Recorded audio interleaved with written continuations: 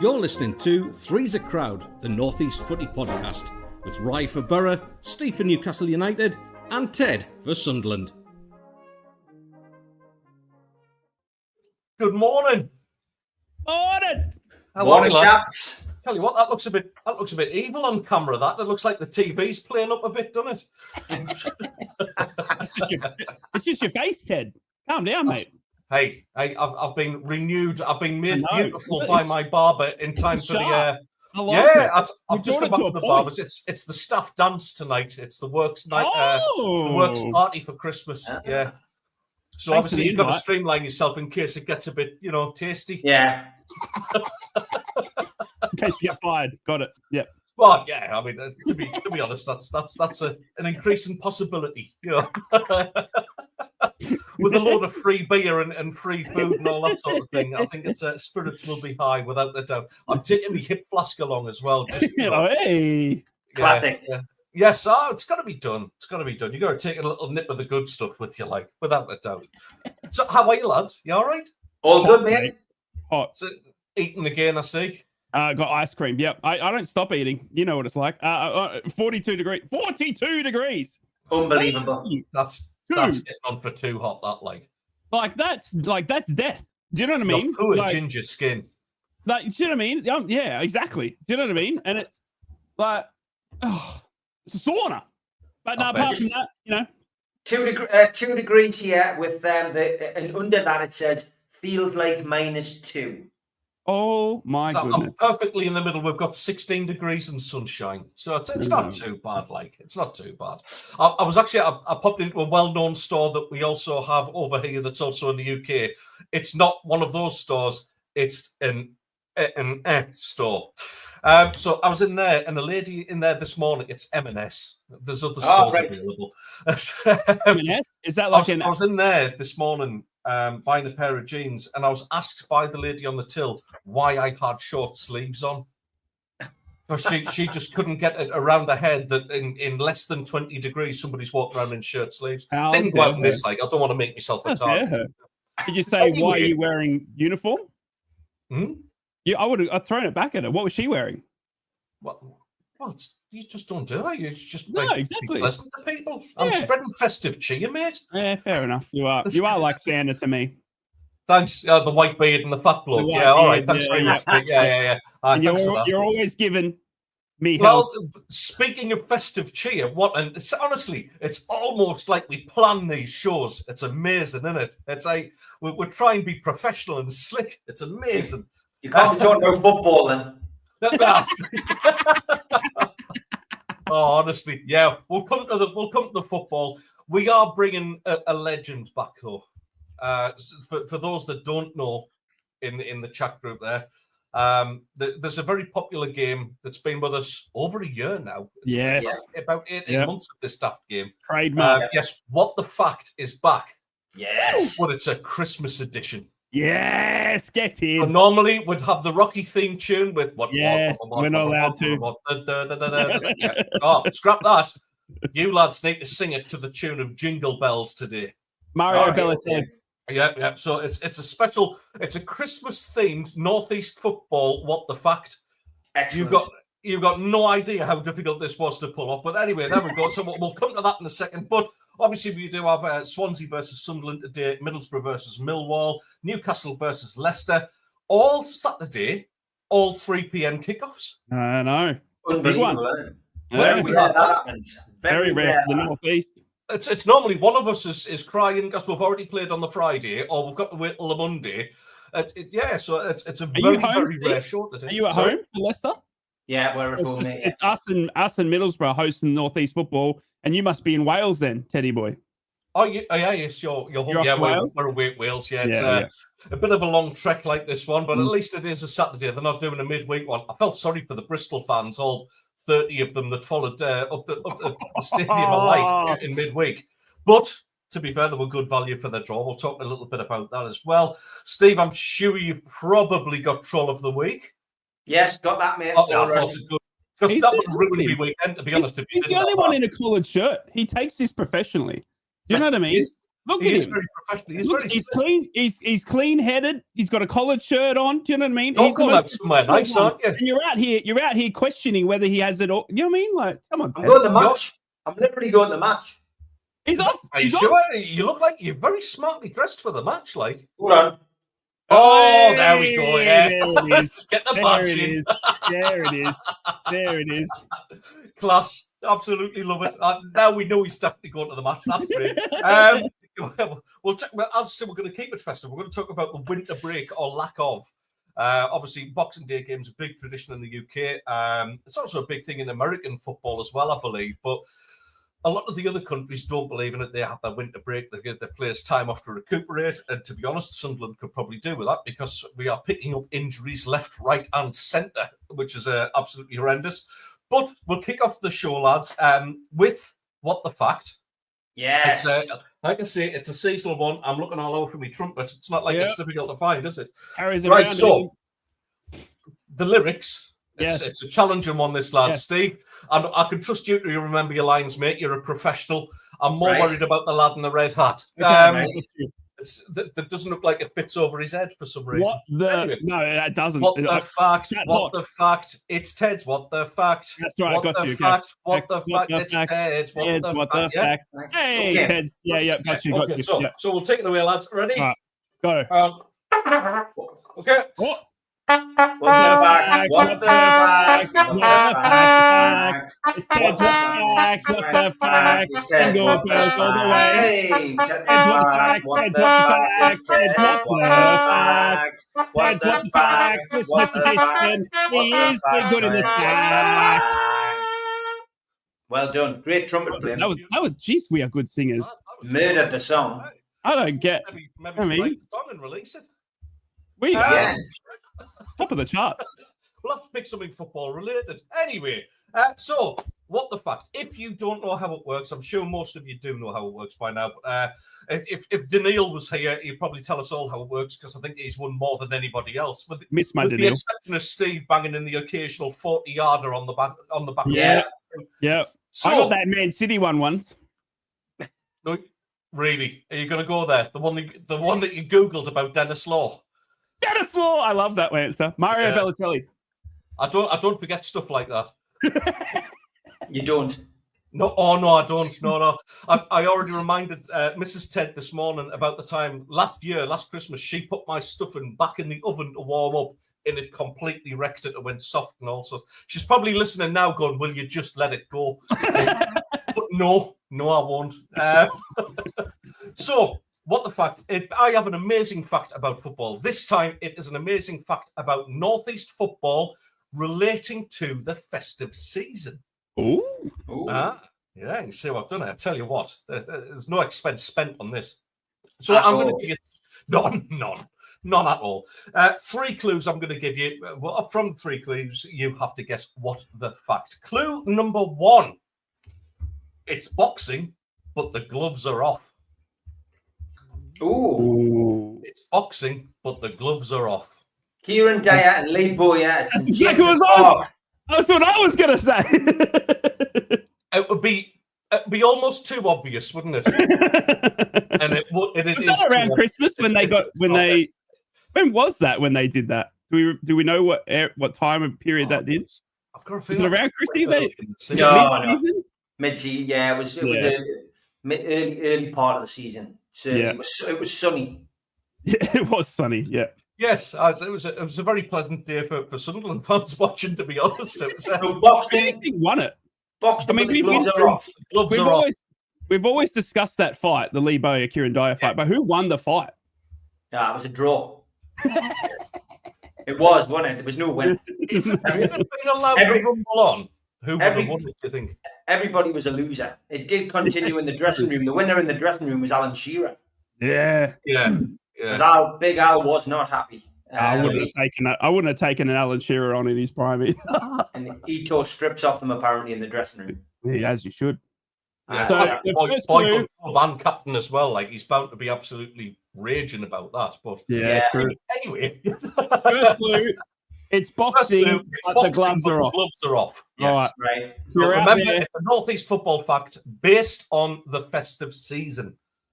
So there we go. One of you lads, can you type it? Because I haven't got the right glasses on and I'm absolutely tired of typing today. Good morning to everybody. I'm not going to even attempt to type it in the chat.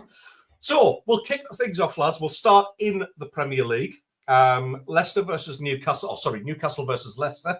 Yeah. Leicester kind of looking a bit rejuvenated with Ruud van Nistelrooy in charge. But Newcastle at home, good home form, reasonable home form, apart from maybe the West Ham game in the recent weeks, but give Liverpool a really good run for their money, Steve. It's I'm frightened to say it, but this surely will be a one that Newcastle win. But we said that about Brentford. We said that about a couple of teams. Which version of Newcastle United are you expecting to turn up today? Well, to give you an idea of how I'm feeling about the game, let's talk about road closures. The A167 Gateshead Highway flyover is shut to all traffic after an inspection by structural engineers indicated a potential risk to safety if it remains open. So this ties in actually seriously with the Tyne Bridge. The Tyne Bridge is down to obviously 2 lanes because of the renovation. They've actually had to shut the whole of the flyover. And beneath the flyover is also closed between the Park Lane roundabout and the Five Bridges roundabout. So literally getting into Newcastle is going to be an absolute nightmare for any Newcastle fan who comes from that area. You just couldn't script this. And the fact that it's structural means that could be shut for a long, long time. So that starts today. So if you're travelling by car or bus and coming from that direction, make sure you make other arrangements like thousands of other people are going to have to. Moving on to the match. Honestly, that was the most professional segment this show's ever done. Yeah. This really is a car crash of a club at times, and we can say that about all 3 clubs, can't we? Our social media is just comical. If Carlsberg did Newcastle United weeks, this would be it. So let's start with Callum Wilson. Callum Wilson, who has been edging his way back to fitness, and we've been hoping for the day where we could eventually have both of our strikers available for selection. We've had it for the last couple of weeks.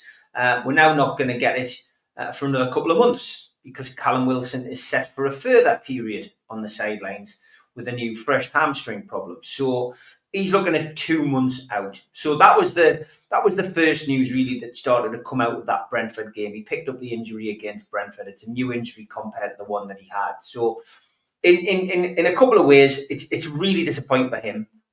My thoughts do go out to him. His body's packed in. That's what's happening here, and this is what happens when you're out for a long period of time. You come back and then you get another injury in a different part of your body because you haven't been able to train or you haven't been playing. And so we started with that. We then had Tonali Gate, which was an Italian newspaper, which of course all Newcastle fans are fluent in Italian, so we can translate that. Yeah. So suddenly it's Tonali's leaving. He's leaving in January. He's going to be sold in January. This comes fast on the heels of the summer that we had, where Anthony Gordon was being linked with every move possible. Tonali's story is suddenly shut down by Tonali's agent, who I would imagine would probably know, and by Eddie Howe, of course, in the press conference, saying that it's a surprise to him. We then have a little bit of positivity in Anthony Gordon visiting a hospital, as Newcastle and Sunderland and Boro players do, go to their local hospitals and hand out presents and give some very sick children a bit of a G by turning up at their bedside. Always great to see going out in the community like that. Anthony Gordon is then commandeered by Sky for an interview, and as he often does, talks very eloquently about the situation at the football club and his personal situation.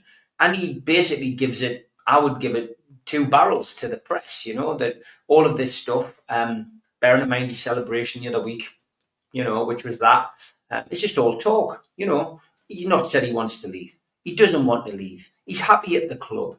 Unless he comes out and says something, then don't believe what you read in the press or listen to on radio stations or TV. He says, because I'm very happy at Newcastle United. And he says, if you go and ask Alexander Isak and Bruno Guimaraes now for an interview, they'll tell you exactly the same thing. So it's all noise.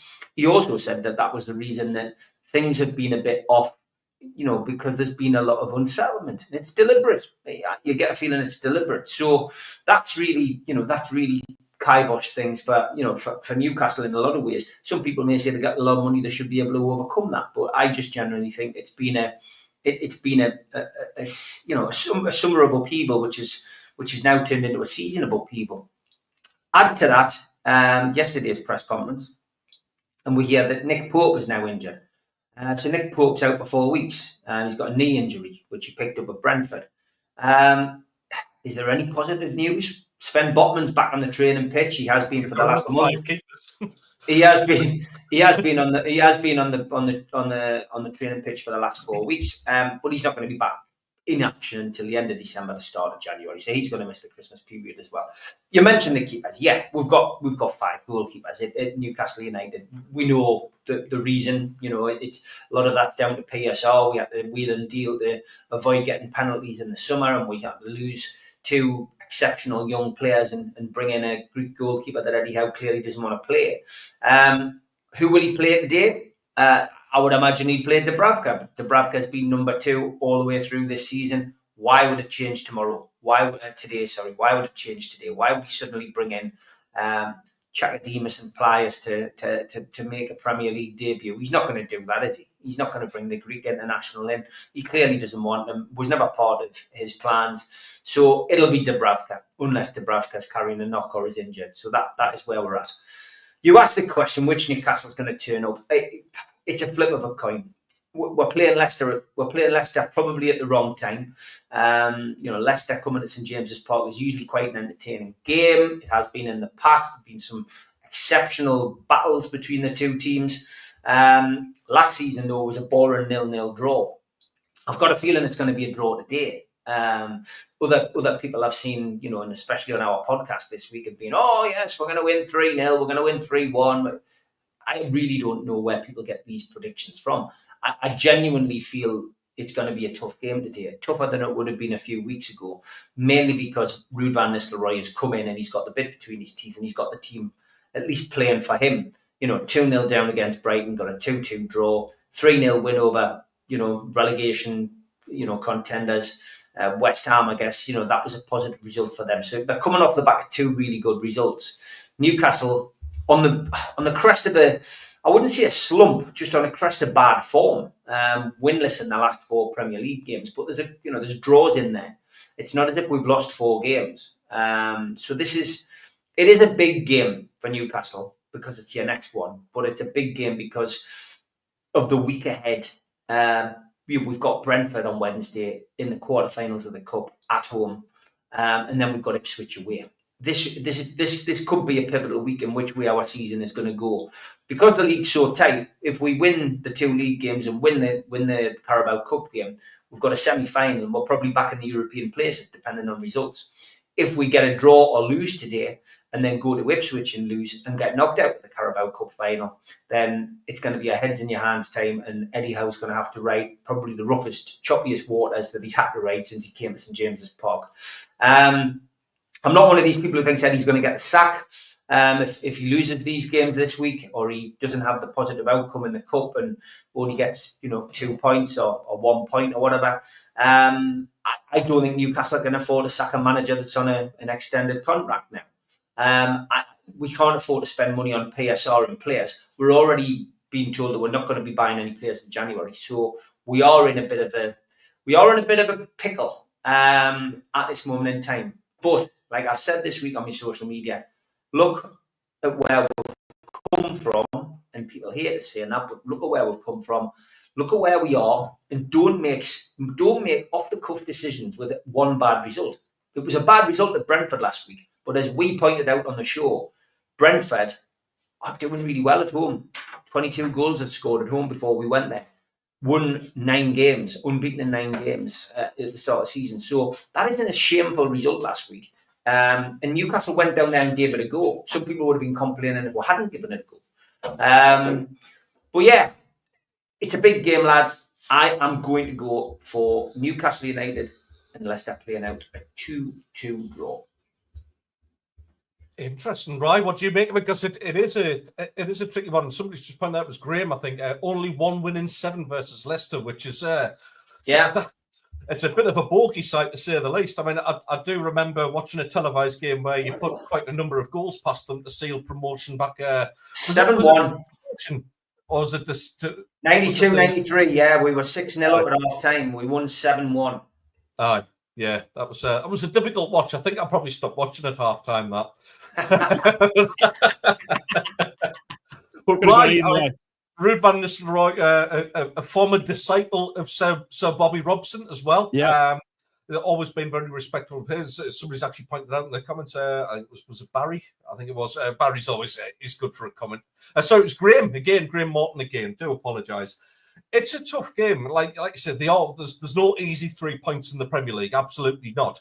But Leicester are that little bit more resurgent. I think they've got a youthful coach there in Van Nistelrooy who'll get a tune out of them. He was really highly thought of in Holland till he fell out with the owners of PSV for selling all the best players. But if anybody can get a tune out the likes of Jamie Vardy's going to love playing for a former world-class striker in Ruud van Nistelrooy. It goes without saying. Yeah. It's a tough one for Newcastle today. Everything points to a hard game for them. Do you reckon? Yeah. No, I completely agree with you, mate. And you hit the nail on the head. Look, Leicester will be going to this thinking that there's a chance for some points, or Ruud's big first performance of the season. Newcastle, unfortunately, are dropping points against the lesser teams. And we keep saying it week in, week out. We've had the West Ham result. We've had the Crystal Palace, which they should have won. You know what I mean? Liverpool, obviously, they stepped up for that game, but it was still a 3-3 result. Still shipped 3 goals.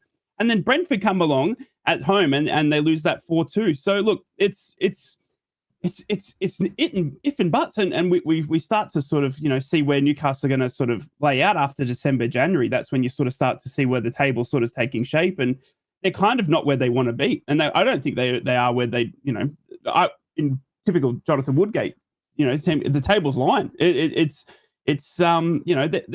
They're floating in that mid-table, the Man United sort of thing, if I dare throw that into the mix. So look, it's a big game. I think Newcastle are going to need a big home performance. I think you're going to see, Steve, you can probably correct me if I'm wrong on this one, but I think if there's a poor Newcastle performance, you're probably going to see the fans in St. James Park turn on Eddie's back pretty quickly, because such has the string of bat runs been. We've seen social media rife this week in Eddie Howe and his tactics, and obviously the injuries now are starting to pile up again, which we saw cripple Newcastle season last year.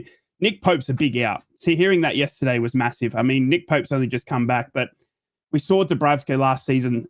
Look, he strung a couple of games together, but he did ship a few goals, and with losing him, Isak's going to have to carry the load again. Don't forget, they've still got a great strike force, but there's questions being asked now, obviously, around the tactics, the decision making, and Leicester are going to be kind of looking to take advantage of that. They've got a new manager in. They've got Ruud.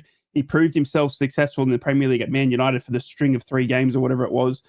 He's a decent manager. He was let down in the Netherlands when he was there. So it's going to be very interesting, and I think it's going to be a big battle of Eddie Howe versus Ruud van Nistelrooy. Leicester, let's not get it wrong. Jamie Vardy is 38. I mean, like he's very, but he's still seemingly performing. But it's an aging squad down at Leicester, and I think Newcastle need to get on top of Leicester very early. I want to see a performance much like we saw against Nottingham Forest. That's the last time I saw the Newcastle United that I know, where they are just absolutely rampant in possession. They were just attack after attack after attack, if you guys remember, at Nottingham Forest. And then somehow Nottingham Forest still scored on the counter. But that didn't slow Newcastle down. But in saying that, Tonali wasn't on the pitch that day. So it's very interesting. I think it's going to be tough. It's going to be tough. And I'm going to have to say Newcastle in a 1-0 win, just because I feel for Eddie Howe, and I just I think he needs the win today, as does the squad. Interesting. For me, I mean, I think Newcastle, it could come down to who scores first in this, to be honest with you. I think going forward, Newcastle have enough to cause Leicester City massive problems. I think in in Van Nistelrooy. You've got somebody who, I mean, looking at Leicester, they actually go forward quite reasonably well themselves, but they are very, very leaky at the back. And I just think Newcastle have slightly more about their back line than what Leicester City do. With that in mind, I think there's goals in this today, and I can see why Steve's gone for the Desmond. Absolutely. I just think, in light of the comments and things like that, it's the old adage, it's a bit of an Alex Ferguson. I know that'll probably rattle Steve, but it's actually a positive in this one. I think, stick that newspaper stick the headline up in the changing room for people to see. Let's make that your motivation, Steve. The comments that have gone on, the noise in the press, I think it could actually galvanise them as a side. If they've got that character about them, I'm sure they do. I just feel like today we might get a bit of a reaction to some up and down form of late, but I can see a strong game from both teams. I just think Newcastle edge it, and I'm going to go for a very entertaining, and I'm sure Steve will be happy if I'm right. I'm going to go 3-2 to Newcastle on this one. Oh, I hope so. Do you think it's been on, Steve? Can I ask a quick question? Newcastle have shipped 3+ goals in the last 2 Premier League games. Obviously, against Liverpool, there was 3 goals. Brentford shipped 4 as well. Now you take Nick Pope out of that. Is there a worry today that there? Is it on the defenders? Was it on Nick Pope? I mean, could it be a rejuvenated backline? Nah, definitely not. I mean, Dubravka was a nightmare last season for us. We shipped more goals with Dubravka in goal than I would have ever imagined. I mean, I used to have a lot of faith in Dubravka. He lost a lot of credit with Newcastle fans when he said what he said when he went to Manchester United. But Eddie Howe still likes him, still values him, and still sees him as his number 2. I've got no doubt about that. It'd be a big surprise to me if Vladimiros is in goal today. I would be very surprised. But I think the problem lies in the midfield with Newcastle. I think it's like having a jigsaw and having a missing piece. I don't think or having a jigsaw, saying you finished the jigsaw and then realizing you put a piece in the wrong place. That's what it feels like at the moment. That's why that's exactly where we're at. And I do think as well. Probably Joe Linton. I mean, Barry Hogan's been going on about this all week. Joe Linton carrying an injury, definitely injured his shoulder in the Liverpool game, and I don't really think he's recovered from that. And I think he's been asked to play through the pain barrier, and I think it's affected his game. But yeah, David John Cook, see you later, mate. As well, he's on his way to the match. He says, I think we need Trippier back in as a leader. I mean, Tino Livramento hasn't really reached the standards that he was at last season, and I think there has been a little bit of nervousness from him when the chips have been down. And again, I just think maybe Trippier's leadership would be handy, but I'm not 100% sure that Trippier's got it anymore. I think we've almost seen the regression of him. Kyle Walker at Man City is another one. I think those players have almost hit the door of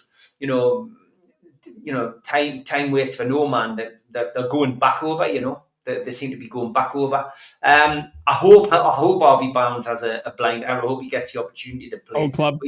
But yeah, I just think the problem that we've got is we're not putting square pegs in round holes. We're just not getting the best out of the team that we've got. And that's what Eddie Howe has to solve, and he has to solve it quickly. But I don't think Nick Pope will have as much of an effect as you think. I do think the back line has been, again, responsible probably for the goals that we've conceded, but that's really down to the fact that the midfield's not operating as well as it should do. Occasionally it has. The Liverpool game, probably a prime example. But funny old season this season for everybody in the Premier League, and we do need to find some form, so hopefully we will find it today. Absolutely. Just before we leave the Premier League, obviously another bit of Premier League news. Man City have a difficult game this weekend. Football. I know. Right, well, we'll have clue number 2 of what the fact. Okay. So, lads, do you want the trumpet again, or should we just... Probably just best to skip that because the singing was awful. I mean, mine was all right. It was just right. What? Yeah, to be honest, he's a good rapper. He's no singer. He's a canny rapper, but that's about it. So, yes, speaking of rapping, back to the festive theme. I've got a wonderful football fact for you, which is festive theme related this week. It's all to do with North East football. So your first clue that you got was it's boxing, but the gloves are off. Your second clue is the gift that keeps on giving. Hey.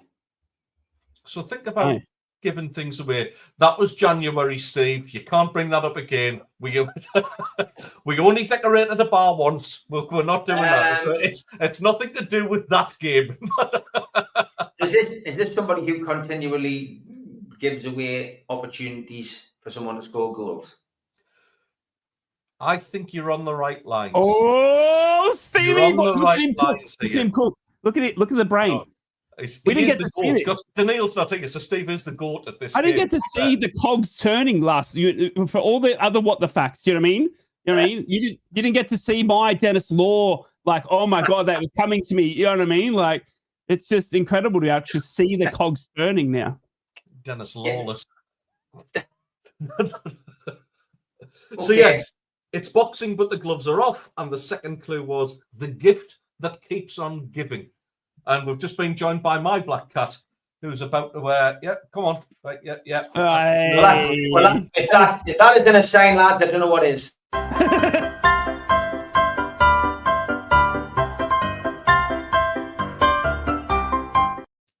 Yes, troll of the week. We had some. That was perfect, wasn't it?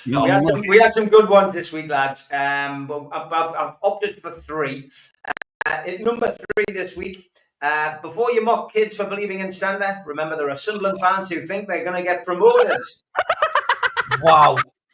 Thank you for that one, James. Very good. Knew you would like that, right? This one comes in at number 2. It's more of a joke, and I think we do need a little bit of a laugh sometimes covering North East football. Did you know, lads, that the Proclaimers were sacked from their jobs as groundsmen at Hibernian FC in 1988 because the grass on the pitch was always far too long? The Twins blamed B&Q. They went to Bathgate no more, Linwood no more, no more, no more. I love it. I love those retro shirts, by the way. They're good. The best trolling this week happened on the Newcastle Nexus website. And it was an article which they put up about Nobby Solano, a former Newcastle United midfielder and fellow trumpet player. And he basically got the Metro for the first time. Obviously, a bit of PR by Nexus. They've got new trains coming out, etc. So they put the post up. Tyne Weir Metro. Nobby Solano gets Metro for the first time. Paddy gets in with probably been waiting since he last played a game for the tunes of the Metro. there was one of them that stepped into place. Did he end up on a bus replacement service? Kyle Taylor, wait, and it didn't break down. And Gary McCarthy, did he go on one of the new trains? Of course not. We're still waiting and waiting. And Fiona Crow wasn't very happy either. Excellent. Man got on train. Breaking news. They're proper trolls of the week. Well done, everybody concerned.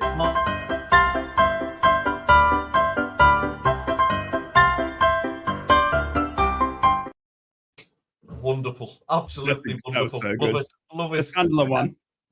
Oh, yeah. It's a bit personal, that one. Like, I still believe. Well, we'll come to the Sunderland game shortly, right? But let's have your insights, I guess, on a bit of a weird game. It's going to be a strange one for Millwall. This obviously, Neil Harris is stepping down from his position as first team coach or head coach, I should say. So Millwall, I don't know, you might just get a bit slightly fired up version of them away from home this time. It's going to be a bit of a strange affair. I still haven't found any reasons why he's stepping down or anything like that. Well, I can tell you, Teddy boy. So Neil Harris has obviously been let go. Today, he's been given the last 2 games in charge. It was announced Monday or Tuesday UK time that Neil Harris would be being let go, mutually consented, that they've parted ways at Millwall. And it's apparently because in the media, Neil Harris reminding some of the thickos that are Millwall fans of times gone by, coming out and calling the current fan base thickos. So unfortunately, once you call the fan base thickos as the current club, I didn't think. I mean, I've I've been called a thicko, and I don't think it's that bad. But look, obviously, he apologised about that. Neil Harris has lost his job for it. It's gone down mutually. Apparently, he's lost the faith of the fan base. Millwall have had a very half decent season. They've been halfway, if not, just shy of those playoff places. They've been astute under Neil Harris, and they've only shipped. I think they've only shipped 1 or 2 goals per game. They haven't had any big blowouts. They're very good defensively. They've had Joshy Coburn, the Middlesbrough striker, on loan. So it's a strange one to you, and it always happens to Boro, doesn't it? It's always got to be the manager that gets sacked on their last game, and then they have to come and play the Boro. Coming off a poor midweek performance against Leeds, that was disappointing. We beat ourselves. We were beating ourselves. Our passing was poor. The old motto that seemed to get thrown out of the window was "if in doubt, kick it out." But instead, we were "if in doubt, pass it to Leeds." We just couldn't clear our backline. And it was good press by Leeds. Don't get me wrong; they're a very good team. They're a formidable team. They've got Premier League signings left, right, and centre. They've got money to burn, and they put the pressure on it, and they really outdid Michael's game plan. So there is something there for other teams now to look at. And you've obviously got that blueprint of coming off a bad loss against Leeds, coming up against Neil Harris's last game in charge. Does that spur the boys on? Are they on board with him going? All that sort of stuff, because he hasn't affected the players. He's affected the fan base sort of thing. So, and that's not going to matter because this is the Riverside Stadium. So it's really interesting. And it's a tough one to pick because Middlesbrough, bad loss during the midweek. We had a good performance against Burnley in the 1-1. You would think prior to that, we were smashing teams away, blowing them away. So, yeah, look, it's going to be tough. Neil Harris coming, in his last game is going to be emotional for the players, but probably the travelling fans because they're all, they're the most loyal, making the trip up to Middlesbrough as well. So, yeah, I don't know what to write of this one, Teddy boy. Look, midweek really, it was deflating. It was deflating, and just like Steve was saying, Middlesbrough social media was rife. We had players getting, sacked left, right, and centre by the social players. I mean, Riley McGree's got a chest infection. People were saying that, he's just done that to get off and go for Christmas shopping. Do you know what I mean? Like, we've got people that are claiming that players are wanting to have, golf holidays this time of year. It's all over the shop, is Middlesbrough. One bad loss seems to sort of just send us into meltdown. Look, I think it's going to be a very, very tough performance today. It depends who's fit. Michael Carrick said at his press conference, we've still got some sort of illness flying through the squad. He said Riley McGree's got a chest infection. Seti Dieng, who's just come back, is still feeling ill. Dan Barlasser as well. So there's a few boys in there that are if buts or maybes for today's game. So when that team sheet comes out at 2 p.m., it's going to be interesting to see who's literally on the team sheet because we just don't know. Carrick's very astute, plays his cards close to his chest, unlike Eddie Howe, who says, Nick Pope's out. We don't get that from Michael Carrick. He just doesn't tell us. And then all of a sudden you find out that Dale Fryer was missing against Leeds, who had a great performance against Burnley, but he was sick and then couldn't play against Leeds sort of thing. So, look, I'm interested to see the team sheet. I still think Middlesbrough will get a good performance out of us today. We've still got such good strike force in Emmanuel Arte-Lath, Tommy Conway, Ben Doak is still, he got found out against Leeds. And I think it was quite interesting for us to see a young 19-year-old that everyone says, Liverpool are going to recall him and go back to the Premier League. Well, against Leeds, who are arguably, a Premier League opposition with all the players they got there, he got found out a little bit. He still got round them, don't get me wrong, but his final decision, his final ball was left wanting. So, yeah, look, I think it's gonna be a tough game because of the Neil Harris effect. It really is. But Millwall, on the other hand, they lose Josh Coburn, their striker. That he's our loaning. We've loaned him out there, and they don't have him anymore. Plus, it's still got half the Middlesbrough squad there. They've got George Saville, Duncan Watmore, you know what I mean, and the like still throwing through that squad who have got Middlesbrough in their blood. You know what I mean? So they'll let us ship a few goals, and I think Middlesbrough are going to still come away with a 2-0 victory today. But it's tough. Coming off the Leeds midweek the performance plus the Neil Harris effect doesn't get easy in the championship, Teddy boy. Yeah, I mean, obviously, I think the Mackham connection, because obviously Duncan Watmore's more famous for playing for Sunderland. Whatever. And of course, George Honeyman as well, our former skipper, also played for Millwall as well. There's a little bit of, I guess, personal business to take care of on a couple of the players there, without a doubt. You're right in what you said. I had no idea about the situation with Colin. Calling them thickos. Yeah. Look, crazy. Could I ask you two, lads, if Eddie Howe or Regis Labrise came out and called the fan base thickos, would that warrant sacking? I'll start, Steve. Do you think if Eddie Howe came out and said, "Listen, Newcastle fans, you're all a bunch of thickos, calm down"? I mean, does that warrant would that warrant sacking? I don't think people can survive stuff like that because the fans are the lifeblood of the club, and the fans will be there as long as any one manager, owner, player goes. I don't think that's acceptable at all. Not at all, mate. So to keep somebody there after that is ridiculous. It's untenable. You can't do that. You can't go to your place of work and call people thick either. You know, it's just. No, you can't. Everyone's finding out what happened on radio then. Eddie boy, I mean, look, it wasn't derogatory. If Fabrice came out and said that Jordan Francis goes, then we'd build a statue of him. It'd be bigger than Bob Stokoe's. More praise. Yeah, Steve's right. There's no coming back from that. I mean, somebody who we've got a lot of time for in Lee Clark made an error of judgment and putting a T-shirt on that was against Sunderland fans, and that was it. He was finished at the club, and it's literally done in an instant. You cannot do it. All joking aside, all right, it's Millwall. Maybe should he be sacked for telling the truth? There's a whole argument there, but look, no. In all seriousness, there's no way you can survive that. The game today, I guess that takes on a bit of a different one. As far as I'm aware, he's well liked by the playing staff there, which is obviously the most important thing as far as the result is concerned today. And I see a bit of a tough one. I see them going out in a bit of a bang. I don't think they've quite got enough to beat Middlesbrough.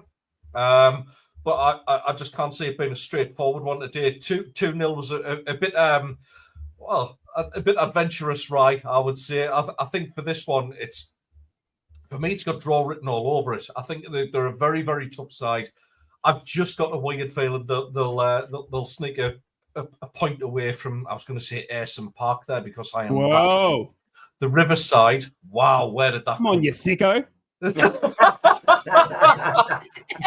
do that at work. I'm sorry. I won't be on the podcast.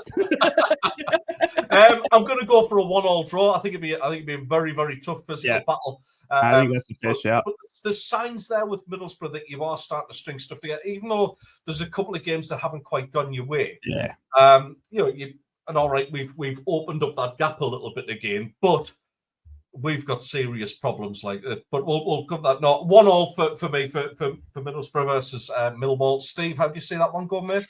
I'm the same, mate. I think 1-1.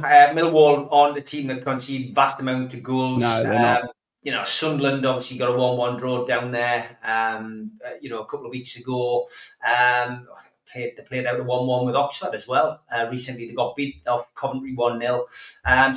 They're not a team that concedes a lot of goals. And just go back through their fixtures. It's a 1-1, a 1-0, a 1-1, a 1-0. I think this is another draw, lads. I'm going to go for a 1-1. Good stuff. Tell you what.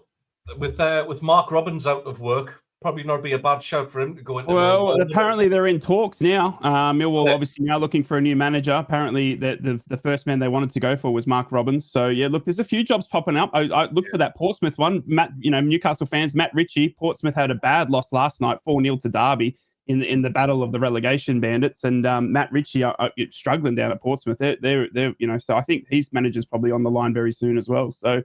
Yeah, there's jobs popping up left, right, and centre. That's for sure. Probably a couple coming up in the Premier League as well. Because obviously, Gary O'Neill's had is it Gary Neil? Yeah, Gary Neil. He's had the dreaded backing of the board, hasn't he? I don't think West Ham's he's out on Monday. West Ham haven't saved himself either. I think West Ham manager's going to go soon as well. Yeah. Well, yeah. There's another one. I mean, we mentioned this. Mentioned this before about Newcastle being a bit up and down. I mean, West Ham are just like, they go and pull off a fantastic result at St James's Park like that, then they just fall to bits again. There's no consistency. I must say as well, what a crazy week for West Ham as well. That car accident. I mean, prayers out to the Antonio family. I mean, football becomes irrelevant, doesn't it? I mean, seeing the photos of that as well spread against social media. Definitely prayers out to anyone involved, and it doesn't look like he'll ever play again, obviously. So no, true enough. Right, before we go into the Sunderland view, I'm just gonna ask you a quick comment there from Tom Dixon. Ted, I don't rate Anthony Patterson from Sunderland. I think he's making too many mistakes. I think as a shot stopper, Tom, I think he's an outstanding keeper.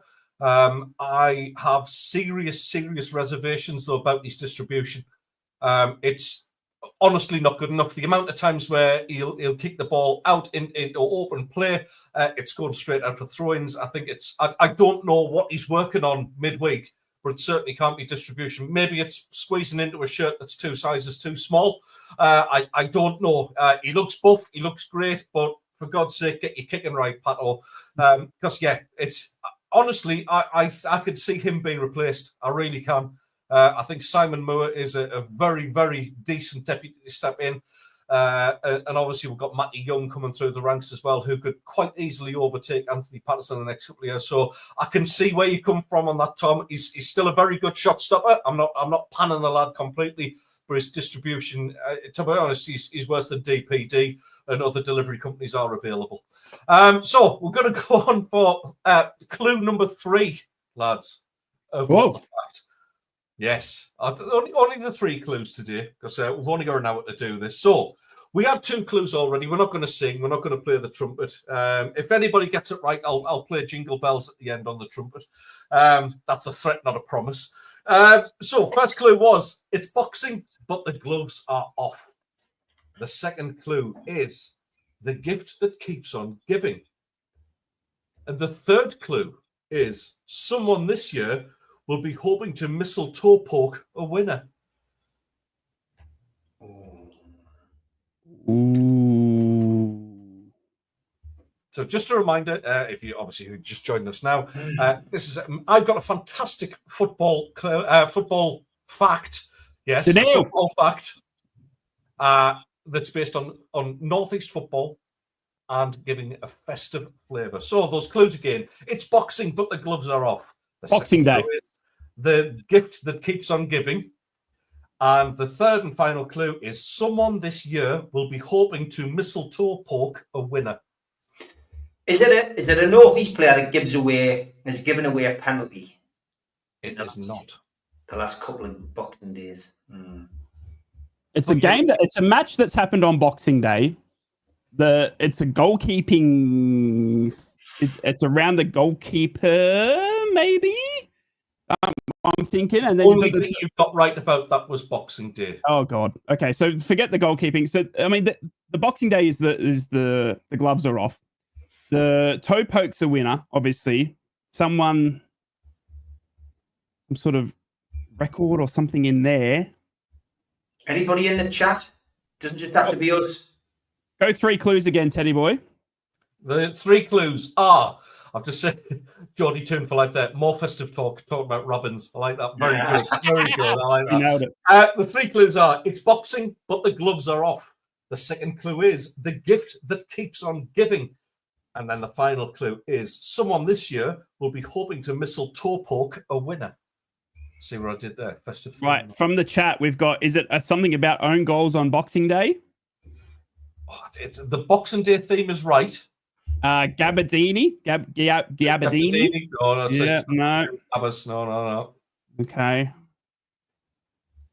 Cool. All right. We've still got a little bit of time. Yeah, maybe we've got a bit of time left. We'll cover the Swansea versus Sunderland game, which I'm dreading, to be honest, because we had 3 left wingers when we started this season.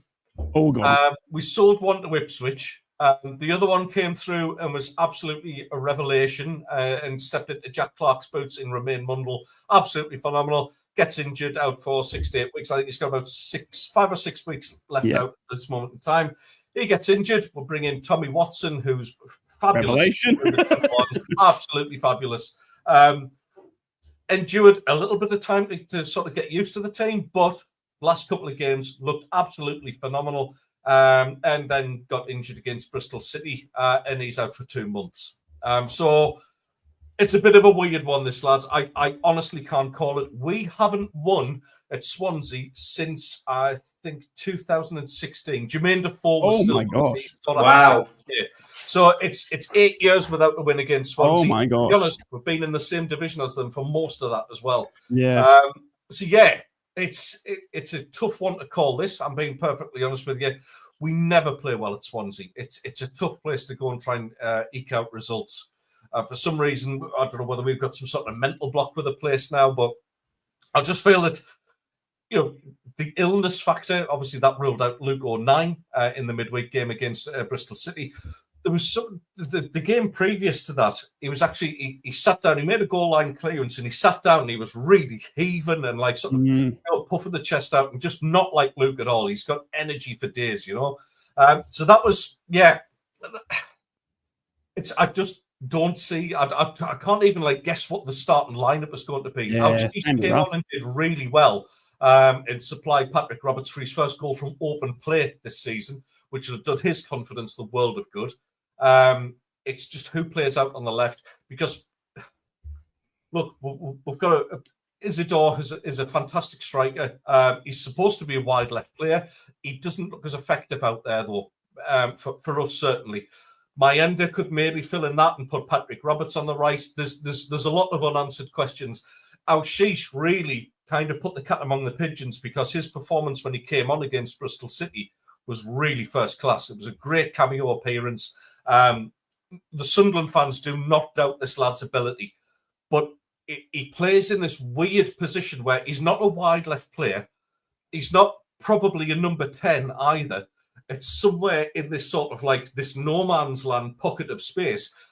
In the Championship, I just don't feel like he can give anybody a free role. I think it's too high tempo. It's a little bit too organised for that. I think in the Premier League, where you have, you know, undoubted talent, you De Bruyne's strutting around the pitch and people like that, I think you've got the ability to deploy somebody in a free role in that kind of environment. In the Championship, I just don't think it works. So it'll be interesting to see, because there's a very, very talented player there. I guess we're going to have to wait and see what happens. We are nearing 3 players coming in. Obviously, we've got players in at the beginning of the season who we actually hired in on loan, and they were injured. Abdullahi, who we actually signed permanently, the teenage striker, is nearing his fitness, and apparently will start playing under 21 games and then get introduced into first team action as well. There's a lot of buzz about this kid. So it should be fair to say, I personally feel like Isidore out left and maybe just ask him to get used to it and deal with it. And then playing an alternative striker in the middle is probably going to be the way to go forward with this. What's someone's score? That's a good one. Is that like, that's the Cliff Richard song, isn't it? Missing Toe and White.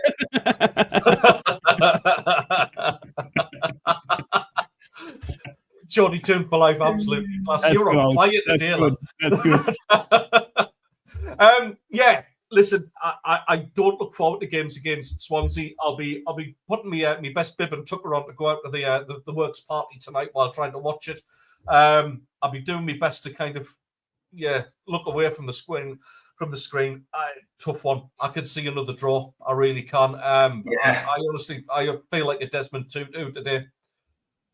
Yeah, well, I'll go next if that's the case, because I agree 100%. This is another draw to make, and not one that Sunderland fans will be complaining about. I don't think there's draws you can take and draws you can't take, and I think it's a tough visit, this, especially with your track record against Swansea. So yeah, I'm going to go for a 1-1 draw in this game. I think it'll be on us even, a point for Sunderland, and on to the next game. Yeah, look, I think Swansea are going to be a tough nut to crack. I mean, Luke Williams has got them playing very, very well. I mean, they've scored something like 10 goals in the last 4 games. I mean, losing 4-3 to Leeds in there as well. But look, they've got a shaky defense to Swansea, but they seem to find a win out of it, 2-1s, or one, even getting late goals and bringing back to 1-1 draws sort of thing. Luke Williams, an astute manager. Obviously, it's in Wales as well. It's a tough place to travel for any squad sort of thing. And Sunderland, at some moment, at some moment, this has all got to catch up with them. You can't tell me that Ramon Mundell, Jack Clark, and now taking out Tommy Watson isn't going to hurt a club at some point. Obviously, there's rumours again this week with Bellingham. Graham Bailey from Sky coming out saying that Real Madrid and Borussia have already held talks with Bellingham's camp. I mean, so, there's all this sort of stuff. You've got the injuries there as well. And I think it's a bit like us, Teddy Boy, as well, as come now before kickoff, looking at that team sheet going, okay, do you know what I mean? Because that's how Middlesbrough feel at the moment, because we need to look at it and go with the illnesses, the injuries.